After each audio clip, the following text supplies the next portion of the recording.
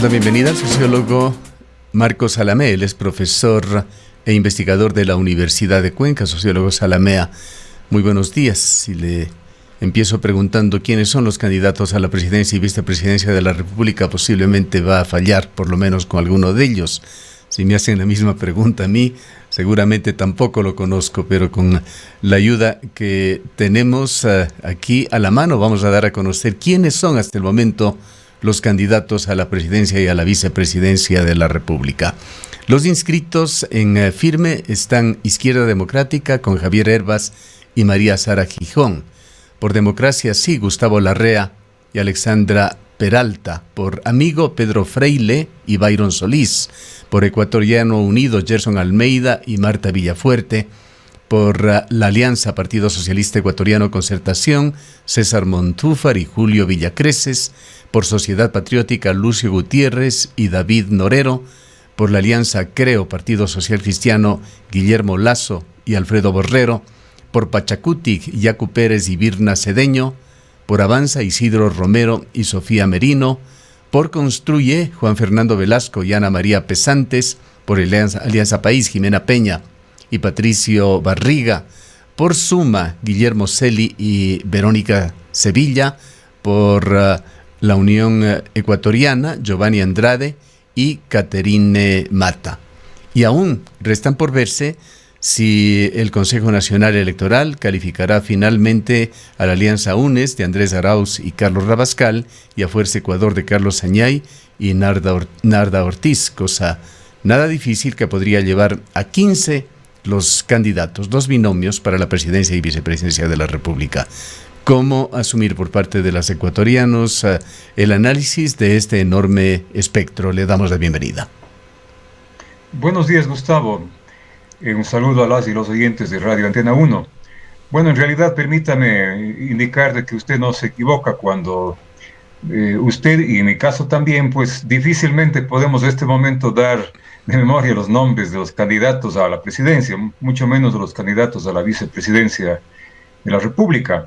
Y ya podemos imaginar pues lo que puede pasar en la mayoría de la población ecuatoriana, que además acusa de una falta de credibilidad, de confianza en la política y en los políticos. Según las últimas encuestas, más del 90% de ecuatorianos y ecuatorianas manifiestan no creer en los políticos. Entonces, contradictoriamente a esta situación, pues tenemos una hipertrofia, un crecimiento desmedido del número de candidaturas presidenciales, algo inusual, algo prácticamente, digamos, que rompe los récords en la historia electoral del Ecuador. Pero esa es la realidad que nos enfrentamos. No menos de 15 candidatos presidenciales habrán para esta lid electoral, tomando en consideración pues que los 17 muy probablemente pues una o dos candidaturas no sean finalmente calificadas. Yo creo que es necesario garantizar a futuro que se evite precisamente este excesivo, este exagerado número de candidaturas presidenciales, porque yo creo que se ha tomado bastante deportivamente, demasiado alegremente la presentación de nombres a la aspiración de esta primera magistratura del Estado. Y yo plantearía incluso que había dos recursos legales en ciernes que podrían inhibir este excesivo número de candidaturas y hacer que exista mucho más responsabilidad para la presentación de candidaturas presidenciales. Una reforma legal tendría que ver, ¿no es cierto?, algo que quedó incluso también en proceso en algún momento en la Asamblea Nacional, de que las candidaturas que no obtengan un mínimo de porcentaje en la elección presidencial, estamos hablando de un 3 o 4%, serían obligadas a hacer el desembolso de los recursos públicos que el Estado gastó precisamente en el financiamiento de la campaña electoral o de la publicidad electoral. Esto haría pensar dos veces a quienes efectivamente pues tienen la pretensión de presentarse como candidatos presidenciales. Y la otra reforma legal que debería establecerse es que para la presentación de candidaturas debería presentarse previamente un respaldo de por lo menos un 3% de las personas que forman el padrón electoral. Entonces, estas dos situaciones pues posibilitarían de que haya una suerte, ¿cierto?, de calificación previa y que no tengamos pues el exceso de candidaturas que en este momento existen y creando confusión pues y quizás una mayor apatía en el electorado nacional. Hay experiencias recientes que se han dado en Latinoamérica, incluso se se ha cuestionado, se ha visto de diversas maneras decisiones que se tomaron en el camino. Bolivia, dicho sea de paso, es un escenario bastante diferente a Ecuador, más allá de algunas similitudes que como países latinoamericanos y que compartimos muchos defectos y muchas virtudes también lo tenemos, pero políticamente el tejido social de Bolivia es muy diferente. Pero allá acaba de darse un proceso electoral en el cual se vio a algunos candidatos en aras de ayudar al electorado a que no se fraccione, a que no se polarice el voto, se retiraron. Quienes tomaron esa estrategia al final no lograron nada, pues allá se dio el caso de un partido político, el MAS, el Movimiento al Socialismo, que tuvo una posición muy fuerte y lo demostró muy contundentemente en las urnas, pasos que no llegaron en definitiva a influir dentro del resultado final. ¿Qué tipo de decisiones debería tomar el poder político, los actores políticos o a lo mejor las autoridades electorales para que elecciones como estas que ya se vislumbran en Ecuador con tantos candidatos que dificultan enormemente una decisión consciente, meditada, estudiada del electorado, vaya a ser la tónica permanente y a futuro en Ecuador? Así es, Gustavo. Realmente la posibilidad de un voto deseable, que sería un voto reflexivo, un voto crítico, un voto de opinión, se aleja cada vez más en el panorama político electoral ecuatoriano. Nuevamente va a ser el voto sustentado básicamente en la emocionalidad y en el clientelismo. Los elementos claves en la decisión que finalmente hagan los miembros que conforman la población electoral Si es que no, ecuatoriana. también en la fuerza de las campañas, que puede ser otro factor influyente. Claro, pero la fuerza de las campañas sobre todo va a poner mucho acento en la emocionalidad. Y en esto, por ejemplo, las noticias falsas, quizás los engaños, el discurso demagógico, la calumnia, van hoy a explosionar mucho más que en campañas anteriores, sobre todo ahora que la campaña va a tener un espacio muy sui generis, muy particular, que son fundamentalmente los espacios de las redes sociales. Ya las redes sociales jugaron un papel importante, sin duda, en las campañas anteriores, pero hoy, en el marco de la pandemia, van a ser el principal espacio precisamente, ¿no es cierto?, para el ofertismo electoral y para las referencias, pues, a las otras candidaturas sobre la base de una suerte de guerra político-electoral. Vamos a ver eso en los próximos días. Respecto al tema de quizás estableciendo una relación comparativa de los renunciamientos que hubieron de algunos candidatos presidenciales en el caso de Bolivia, yo pienso que en el Ecuador se dio previamente a las inscripciones de candidaturas algunos renunciamientos, justamente bajo esa perspectiva o esa lógica. Recordemos, Gustavo, que la renuncia de Sonnenhosner en su carta apuntaba precisamente en esa dirección, de fortalecer la tendencia en la que él se inscribía. Luego, después, la renuncia de la candidata presidencial del Partido Social Cristiano, ¿no?, y la decisión orgánica de este partido a apoyar y fortalecer la candidatura presidencial de Guillermo Lasso. Y finalmente el propio renunciamiento de Álvaro Noboa, que lo hizo justificando esta renuncia precisamente para fortalecer la tendencia ideológica en la que él también se inscribía. Ahora, si es que hubieran renunciamientos de algunos candidatos de esta fiebre de candidaturas, realmente creo que no coadyuvarían significativamente, pues, a fortalecer las grandes tendencias, porque yo creo que la mayoría de candidatos ni siquiera sacarán el 2%, incluso algunos de ellos ni siquiera sacarán el 1%. Entonces, un renunciamiento de estos candidatos simplemente no variaría significativamente las perspectivas político-electorales de las distintas candidaturas. Yo pienso que más bien en este momento lo que se está viendo es, digamos, un fortalecimiento de grandes tendencias ideológico-políticas representadas coincidencialmente en tres candidaturas. Por un lado, ¿no es cierto?, la candidatura de la derecha que representa Lasso, y cuando digo derecha me refiero sobre todo a aquella propuesta que fortalece su visión de que debe ser el mercado antes que el Estado, el eje en el cual debe girar la gestión económica y social por parte del futuro gobierno. Por otro lado, tenemos una candidatura de centro, que más que eliminar el mercado, lo que plantea es regular el mercado, porque el mercado es consubstancial, pues, de la economía capitalista que hoy domina el mundo. Entonces, esta perspectiva, digamos, político-ideológica estará siendo reivindicada por el candidato Arauz, ¿no? Y finalmente, pues, la candidatura de centro-izquierda. Debo aquí nuevamente reiterarte que no existe una candidatura de izquierda en el país. Yo pienso que esa candidatura de centro-izquierda está representada por Yacu Pérez hasta este momento, porque habrá que ver cuál va a ser la evolución de su discurso más adelante. En todo caso, sí quería hacer una precisión conceptual, Gustavo. En estos días he oído casi de manera viral un uso también muy, digamos, laxo, muy alegre de los conceptos. A propósito precisamente del triunfo de Luis Arce como presidente de Bolivia, se ha hablado nuevamente de socialismo a izquierda y prácticamente se está poniendo la idea de que la doctrina económica o la política económica keynesiana, que es un modelo de economía capitalista distinta a la neoliberal, que eso sería el socialismo e incluso el comunismo. Incluso se cometen aberraciones, he leído comentarios de calificar al propio John Biden, candidato demócrata, como comunista. Entonces, yo pienso que es fundamental educar, ¿no es cierto?, formar políticamente a las personas. Y aquí he de indicar nuevamente de que no hay ningún proyecto de izquierda. La izquierda significa pues un cambio de modelo de sociedad, un cambio radical de estructuras económicas, sociales y políticas, cuestión que no existe condiciones en el Ecuador, en un país de América Latina, quizás en el mundo. ¿Y no ve usted a ninguno de los candidatos esgrimiendo un ideario de izquierda? Es que la izquierda significa, eso decía Gustavo, un cambio radical de estructuras, sustituir el modelo capitalista de sociedad por un modelo no capitalista. Nadie puede proponer eso, además sería una locura. Leonidas Issa no es candidato, pero él un poco quizá coquetea con esas ideas.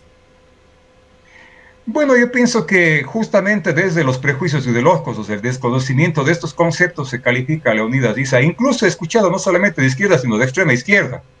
Lo cual realmente es, digamos, un error total desde el punto de vista conceptual, utilizando su punto, sociólogo Zalamea, es de que estas elecciones ecuatorianas se debaten con candidatos que se encuentran en el centro del espectro político.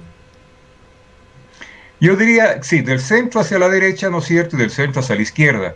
Yo he hablado que la candidatura de centro está representada por Arauz, porque si uno lee sus propuestas, si uno escucha su discurso, efectivamente, ¿qué está planteando? De que el Estado, ¿no es cierto?, sea un Estado regulador, interventor en la economía. Cuestión que se llama el keynesianismo y que fue aplicado incluso como política económica de manera exitosa históricamente en Europa Occidental después de la Segunda Guerra Mundial y que provocó el mayor auge económico de la historia europea en esas décadas e incluso que llevó a la instalación del estado de bienestar.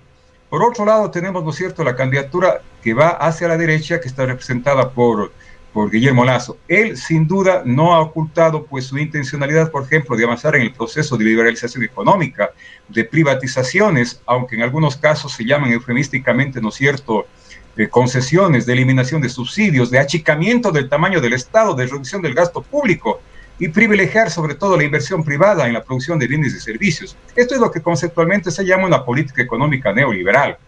Y por otro lado tenemos Yacu Pérez, repito, una candidatura de centro-izquierda, que está planteando también un papel importante del Estado en la regulación económica y en la gestión social, pero también un papel fundamental de la sociedad y particularmente de la organización comunitaria en la gestión del Estado. Esto es lo que él haya calificado como proyecto ecologista y comunitarista, Yacu Pérez. Yo quisiera pedirle también una opinión de los actores menos visibles, de varios de estos candidatos cuyos nombres nunca los hemos conocido y cuyos movimientos quizá por primera vez están ya con una papeleta electoral, y entre ellos están también los dos únicos candidatos y movimientos que hasta el momento no han sido reconocidos, el de Paula Carrasco, Juntos Podemos, el de Gary Moreno, con el candidato Juan Carlos Machuca, otro nombre desconocido.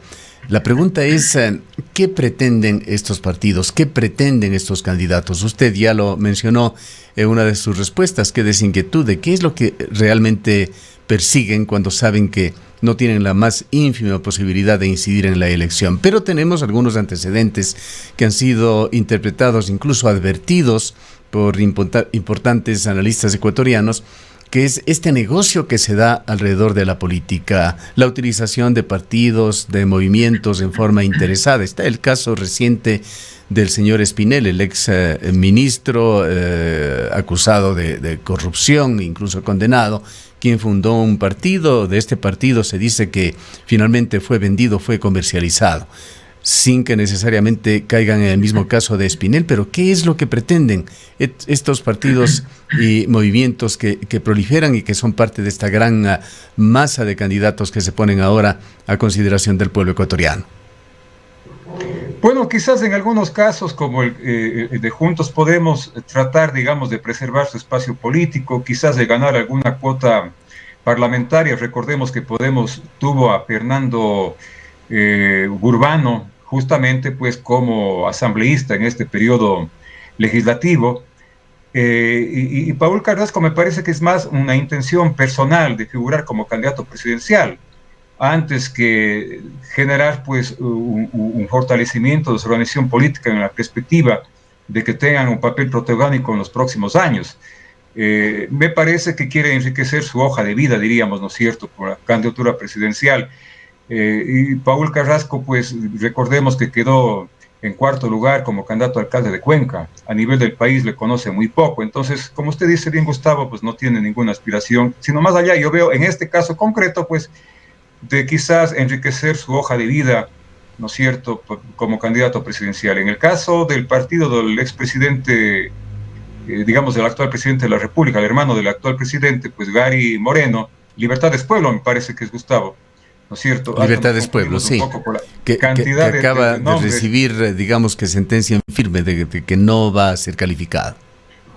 Claro, entiendo que la aspiración también era quizás conseguir alguna cuota parlamentaria, ¿no es cierto?, que permita una imagen para esta organización política, pero en otros casos sí se busca, más allá de estas dos expresiones políticas. Detrás de Libertad es Pueblo está, no olvidemos, el hermano del presidente de la República, Gary Moreno. Moreno, claro, sí, Gary Moreno, sí. Pero definitivamente, oficialmente, pues él no respondería pues a una línea del gobierno. Entiendo que la línea del gobierno está más bien apoyando a la candidatura de Ruptura de los 25, que hoy han pretendido remozar su imagen calificándola como el partido Construye, que está encabezada por Juan Fernando Velasco, un distinguido artista profesional. Entonces, en la situación de los dos casos. En cuanto a las otras candidaturas, que no son precisamente las más opcionadas, la mayoría de ellos también buscan, ¿no es cierto?, mantener su registro electoral, porque necesitan tener un mínimo de votación y lograr una cuota parlamentaria que también les convierte en un factor de negociación política con el futuro gobierno. Recordemos que el toma y daca, para ponerlo así de manera coloquial en el lenguaje político, siempre ha funcionado pues en el funcionamiento de la Asamblea Legislativa, en sus relaciones con el gobierno, y ahora lo va a hacer mucho más. Entonces, en este periodo presidencial del presidente Moreno se negociou precisamente el manejo del sistema sanitario público, concretamente de los hospitales públicos, a sectores políticos de la Asamblea Nacional. Creo que en el próximo gobierno la situación, si es que no hay y no se recupera en algo la ética política, no va a ser diferente, porque va a ser una asamblea mucho más fragmentada, mucho más dispersa, precisamente por el método de votación en plancha que hoy va a priorizarse en la decisión política electoral de los Un tema final, sociólogo Zalamea. Sigue en un ambiente de inestabilidad el Consejo Nacional Electoral. Aquí acaba de tomarse una decisión un tanto extraña hacia la medianoche de ayer, removiendo a quien estaba presidiendo la Junta Electoral aquí en la provincia de La Suay, el economista Jorge Arris, pero se lo hace en medio de disputas entre los vocales del Consejo Nacional Electoral, que desde el primerísimo día que ha venido actuando ha estado lleno de controversias y de disputas entre sus miembros. En esta intervención final quisiéramos conocer su punto de vista sobre el grado de confianza, de garantías que este organismo va a dar a los ecuatorianos en esta elección que se dará ya en forma inminente en el mes de febrero.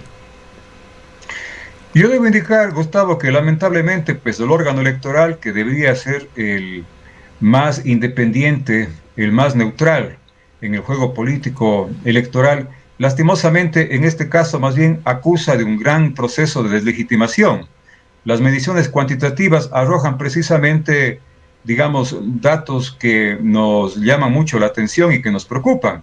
El Consejo Electoral actual pues es el que menos representatividad asume y por lo tanto menos credibilidad tiene.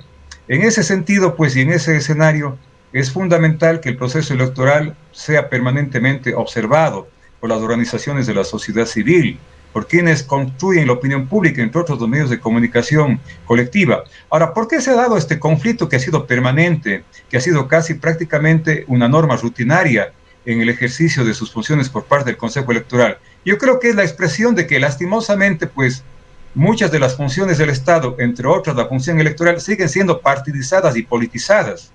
Necesario es entonces que a futuro se garantice a través de una reforma legal y sobre todo una gran dosis de voluntad política una plena independencia y despartidización de este órgano que está destinado a ser precisamente el árbitro en la competencia electoral.